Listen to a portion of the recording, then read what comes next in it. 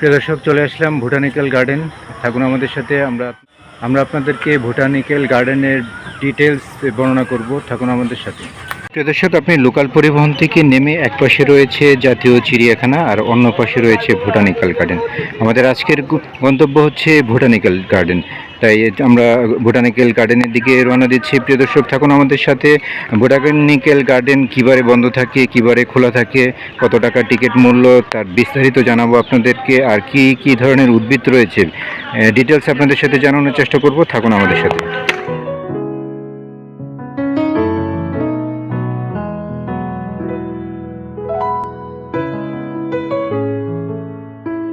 Local গাড়িতে করে চলে আসুন মিরপুর 1 নম্বর। মিরপুর 1 নম্বর যদি গাড়ি না পান তাহলে সনি স্কোয়ার থেকে 10 টাকায় ভাড়ায় চলে আসতে পারবেন বোটানিক্যাল গার্ডেন।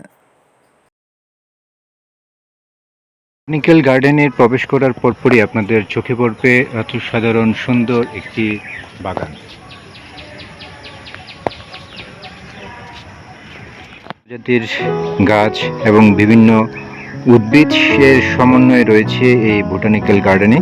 দর্শক, যারা এখন আমার চ্যানেলকে সাবস্ক্রাইব করেননি তারা প্লিজ সাবস্ক্রাইব করে নেবেন, আর যারা সাবস্ক্রাইব করেছেন তাদেরকে অসংখ্য ধন্যবাদ।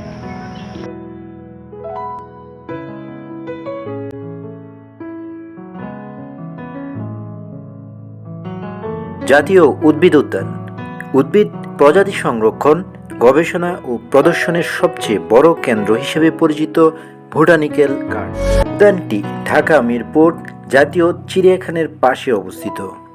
বোটানিক্যাল গার্ডেনে প্রবেশ করতে জনপ্রতি 20 টাকা দিয়ে প্রবেশ টিকিট সংগ্রহ করতে হয়। ছোট বাচ্চাদের প্রবেশ টিকিটের মূল্য পরিমাণ 5 টাকা। শিক্ষা সফরে আসা শিক্ষার্থীদের কর্তৃপক্ষের সাথে কথা বলে জনপ্রতি 3 টাকায় বোটানিক্যাল গার্ডেনে প্রবেশ করা যায়। 61 সালে 208 একর বা 84 হেক্টর জায়গা জুড়ে উদ্যানটি প্রতিষ্ঠিত হয়। এই উদ্যানটি বাংলাদেশের অন্যতম বৃহত্তর উদ্ভিদ উদ্যান হিসেবে পরিচিত।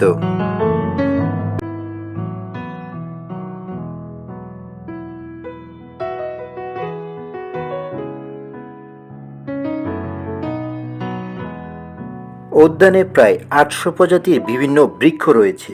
এইসব বৃক্ষরাজির মধ্যে রয়েছে নানা ধরনের ফুল, ফল, বনজ ও ঔষধি গাছ।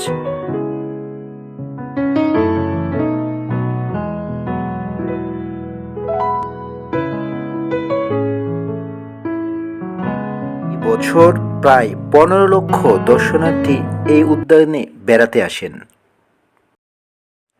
তাছাড়াও এই জাতীয় উদ্যানে রয়েছে পুকুর, দিঘি ও ঘাসে ঢাকা সবুজ উদ্যান বা মাঠ।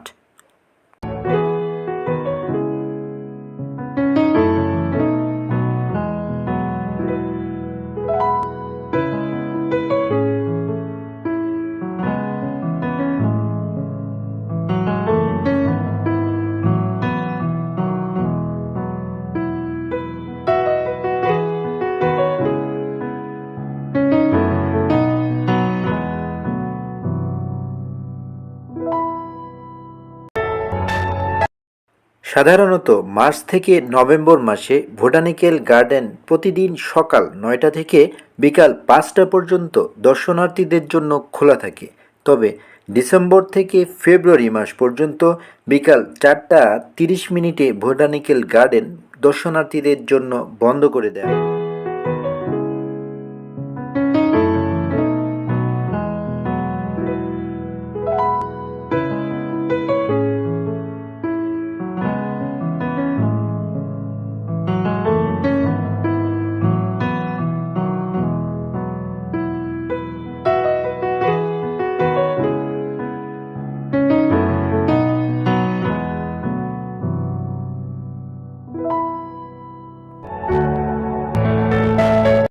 গত 2 বছর করোনার কারণে বোটানিক্যাল গার্ডেনে প্রবেশ করতে না পারলেও কর্তৃপক্ষ এখন করোনা ভাইরাস প্রাদুর্ভাব কমে যাওয়ার কারণে সাধারণ জনগণের জন্য বোটানিক্যাল গার্ডেনকে আবারও অবমুক্ত করে দিয়েছেন।